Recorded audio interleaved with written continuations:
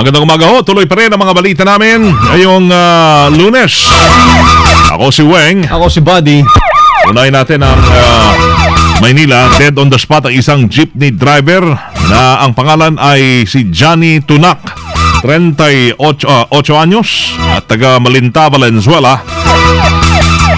Mapaikot na sana si Tunak sa bahagi ng Bonifacio Drive, Anda Circle sa Intramuros nang bigla itong pagbabarlin ng hindi nakilalang suspect. Sakay ng kulay pulang Honda motorcycle ang suspect na armado ng hindi pa madeterminang baril. Patuloy pa rin ang follow-up operation ng MPD sa naturang insidente. Meron pong minor de edad mga kasama nakaligtas sa tangkang panggagahasa. At kasama natin sa balita may report sa Silvestre Labay. Rambo, iradyo mo. Nakatakas ang isang 14 anyos na babae mula sa riding in tandem na nagtangkang gumasa sa kanya sa bahagi ng Bunkers Village sa North Caloocan City. Base sa ulat ng Barugo Police Station sa Caloocan, tinutukan ng baril ang biktima at dinala sa isang liblib na lugar upang doon sana gasahin. Ngunit nakakita ito ng pagkakataon ang dalagita, kaya nakatakas ito mula sa mga suspect. Sa ngayon ay patuloy pang ginagawang investigasyon ng mga otoridad kaugnay sa naturang pangyayari at inaalam ng mga ito kung sino ang mga riding in tandem gang na nagtangkang gumasa sa isang minor de edad. Kasama mo sa Caloocan City para sa DZXL 558 Silvestre Labay. Tata, RMN. Sa tulong ng CCTV camera, naaresto naman ang isang helper o kasambahay na nagnakaw ng isang bisikleta sa Quezon City. Ang suspect ay nakilalang si Arnold Gonzales, 20 anyos. Ayon sa biktimang si Mike Braganza, security guard ng Villa Villa Sabina sa barangay Talipapa. Hiniram ng isang Dominic Cabangon ang kanyang BMX bike at ipinarada sa harapan ng GS Mart sa bahagya ng Quirino Highway. Pero nang kukunin na ni Braganza ang kanyang bike ay hindi na niya ito na makita. Kaya kaagad na itong nai-report sa pulisya at sa ginawang follow-up operation ng QCPD, nadakip ang suspechado. Suspect. DZXL Bulat Palaro. Nauwi sa scoreless draw ang friendly game ng Philippine football team Ascals at Malaysia. Naganap dyan ho sa Cebu. Isang penalty save ang naitala ni goalkeeper Patrick Dato at nagtapos sa 0-0 ang magitan laban. May pagkakataon pa sana mga goal ang Ascals sa pamagitan ng 3 attempts sa pauna ni Pachanga Diliman forward Nate Burke. Ang nasabi naman laban ng national team ay ang unang home game ni American coach Thomas Dooley. DZXL Showbiz Balita. Wala si Loli kasama ba di? Ganun ba? Oo, dahil naipit. Kasama? Di ba galing Roma yon nung Biyernes? Pero hindi ba siya kasama sa listahan ngayong umaga para sa dinner kay Barak? Magka-problema. Base sa kanyang na-post kanina sa Ingram, hindi Instagram Ingram. Buti hindi naging ingroin. Hindi nga. Ingram, hindi Instagram. Mukhang hindi makalapag yung kanyang eroplano. Dahil no-fly zone daw Pero ibang klaseng eroplano na sakyan niya pala. Hindi commercial hindi commercial. Ano yan? Parang dami-dami naabot na. Pero nagbago daw siya. Nagbago na ng pananaw sa buhay. Oo. So, alam mo na, makahabol mamayang tanghali kanya pagpunta sa Roma. Sa ating balitang tungkol sa mga artista, medyo malungkot ho to dahil pumanaw na yung misis ng dating matinee idol, kung naalala nyo pa, si Wawi de Guzman. Naging tahimik yung buhay nito. Nagkaroon ng asawa, pero sa hindi malamang dahilan, sumakabilang buhay ho. Isang buwan pa lamang nang makalipas mula ng mga anak ang asawa ni Wawi na si Cheryl Ann Reyes. Nagka-problema sa blood pressure si Cheryl, kung saan bigla na lamang itong inatake at hindi na na-revive pagkatapos maisugod sa ospital. Nakaburol ngayon ang labi ng asawa ni Wawi de Guzman sa kanilang tahanan sa Lubao, Pampanga. ang ating balitang may halong lungkot. Pakikiramay po, pakikiramay. Kay Wawi de Guzman. May nakita ko pa noong 2004 ata. Nasa Laguna. Tahimik, nasa very private na tao. Then in the end, it was meant to be. Ganda ng kanta. Lungkot lang. Hindi gasgas, hindi umatras, medyo madulas. Ito ang balitang panghimaga. Ito na siya! Hindi matigil-tigil. At walang tumitigil. Nanggigigil. Hindi nakakagigil, nanggigigil. Mag-ingat. Mahilig dyan magsuot ng pampresko ng mga kasuotan. Dahil mainit ang panahon. Kadalasan, ano bang suot nila? Sando, shorts, yan. Mga summer outfit Ganda siguro nun, kung sa opisina, nakasandot short lang kayo lahat. Hindi, sa opisina may aircon Oo, kaya malamig. Yun lang. Unless yung aircon nyo sira. Yun lang. Okay, ito na. Lahat papapasukin ni Nap. Antimano yan. Lahat ng mga nasa field ngayon. Yan. May field work. Yan, di ba? Kaya yung iba'y nakakuan lang, maiksing suot lang, para presko pakiramdam. Di ba sa MMDA kasi, nga? di ba sabi Pag-asa, maalinsangan. Maalinsangan. What is maalinsangan in English? Mr. Rioso? Alanganin ako dyan Pwede rin, maalanganing panahon. Alanganin Alright, what's going on? Ito na ang ating balitang panghimagas. Kakaiba ang ginagawang pagpapasaya ng isang babae para sa kanyang nobyo sa Cambridge. Wow. Naisipan ni Laura Turner na padalhan araw-araw ng mga litrato ang kanyang nobyo gamit ang Instagram na may temang finger tourism. Ginuguhitan ni Laura ng smiling face ang kanyang mga daliri at nililitratuhan ito sa harap ng mga sikat na lugar sa mundo katulad ng Empire State Building sa New York, Eiffel Tower sa Paris, Hollywood, Great Wall of China at iba pa. Kinaugalian na ni Laura na isang freelance photographer na gumawa ng mga finger tourism photos gamit ang mga travel agency brochures kaysa gumastos pa para umikot sa mundo. Sa ngayon, viral na sa internet ang mga litrato nilalagay ni Laura sa kanyang Instagram account. At ito Instagram hindi Ingram Hindi katulad nung kay Loli, Ingram account. Ito ang halimbawa ng kanyang mga finger lang. Oo. Finger tourism photos. Tourism. Yan Pero nandun din siya. Wala. Wala. Kumukuha lang siya ng backdrop. Oo, kumukuha lang siya ng mga litrato. Oo. Ayos yan.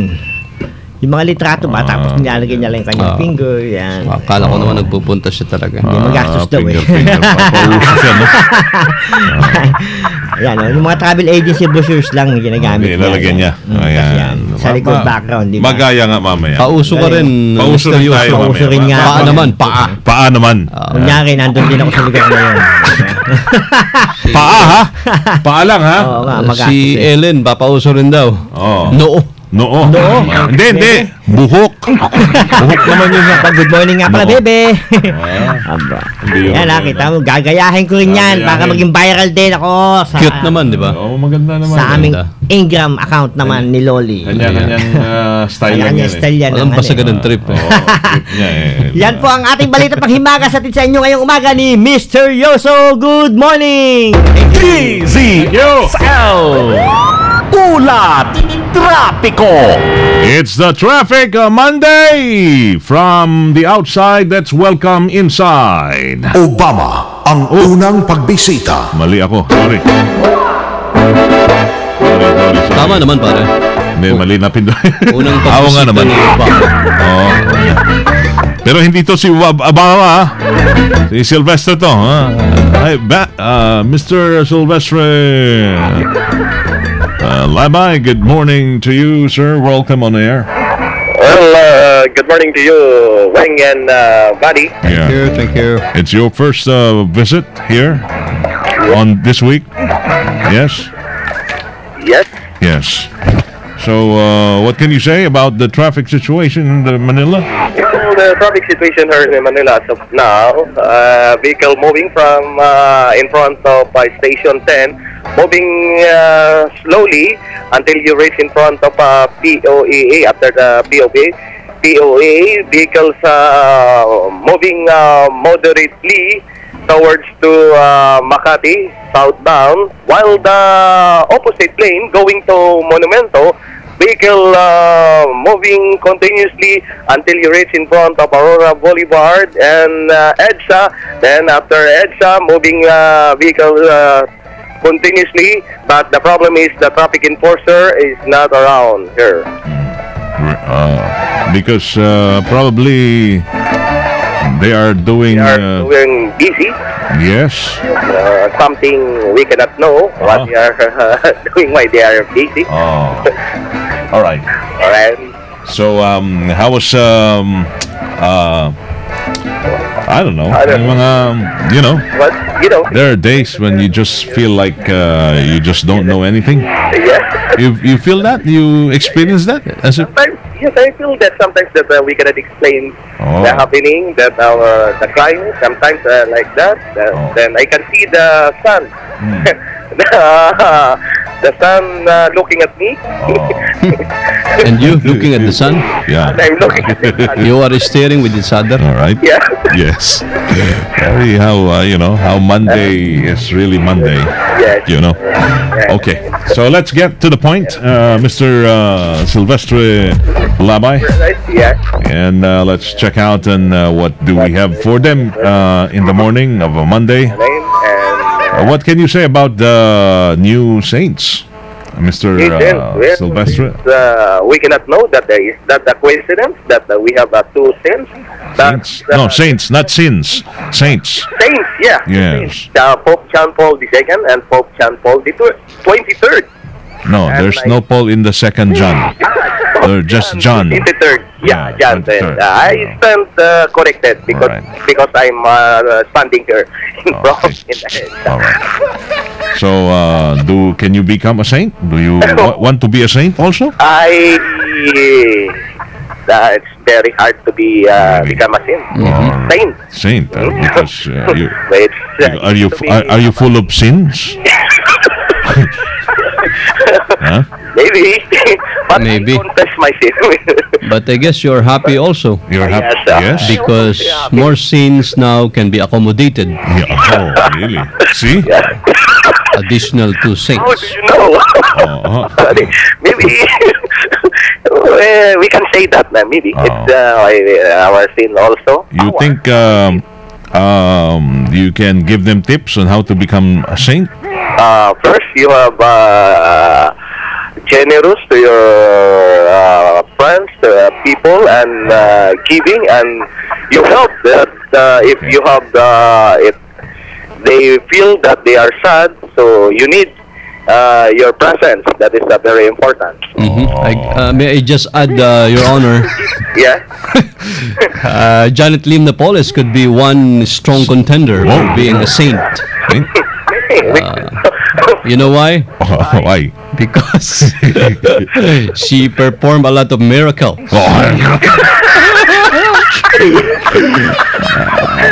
How about that? How about senators?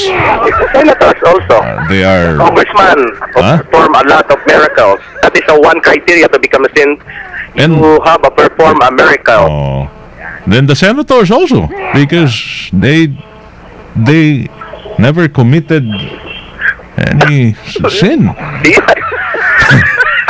They are very clean. They are very clean. Clean.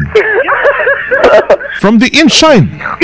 What's our MOTTO before we go further?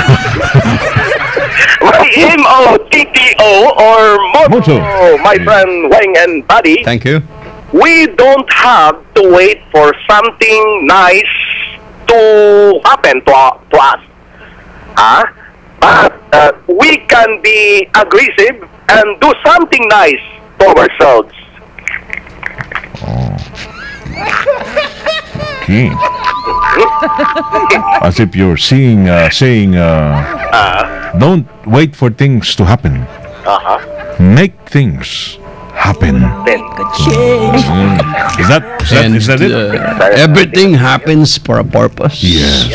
Walang magkakamag-anak yun. Right. Nothing happens by accident. There are no accidents. Right? And there's no such a thing as coincidence. Oh, see, See that. See? And whatever your mind can conceive, your body can achieve. Conclusive. Thank you, bye. Ay, no.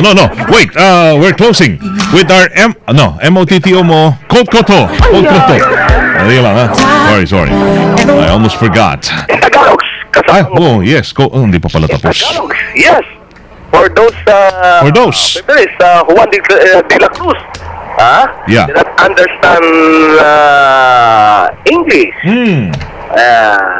Tagalog, Yeah. hindi natin kailangang maghintay na may mangyayaring mabuti sa atin kung saan maaari tayong maging agresibo at makagawa tayo ng mabuting bagay para sa ating sarili. Okay. Maganda yan. Kaya simulan nyo na ngayong araw na ito. Kahit sa tingin nyo para bang walang-wala ng pag-asa. Makakagawa kayo ho niyan. Maniwala ho kayo sa hindi. Di ba? Yan, tama yan.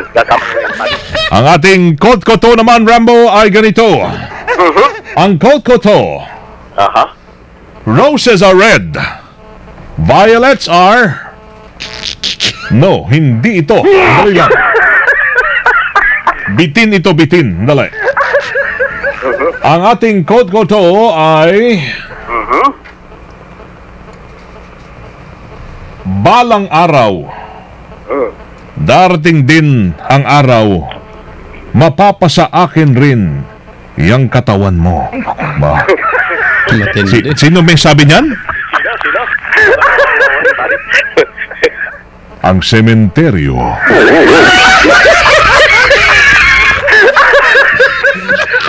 Oo nga naman.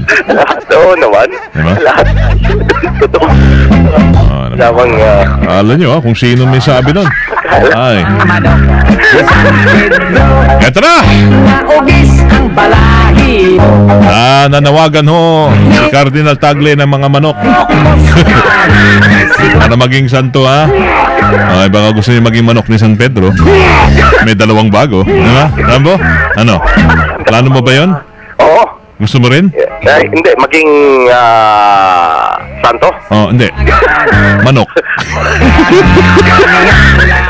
Paborito ko sa mga uwing ang manok. Alam ni Professor Eric San Juan yan.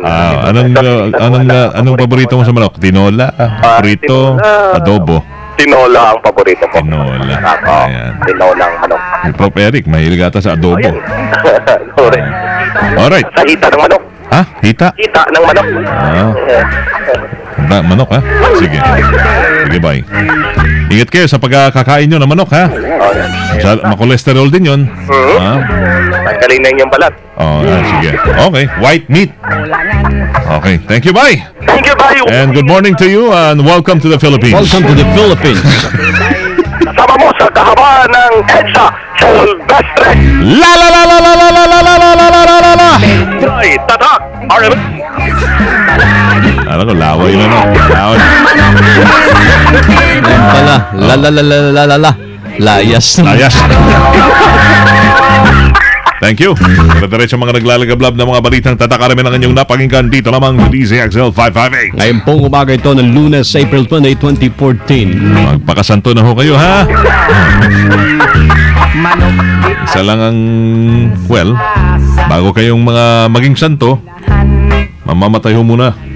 Diba? Tayo, bago maging santo. Yeah. Alright. Pero wala yan, eh. Buhay pa rin tayo.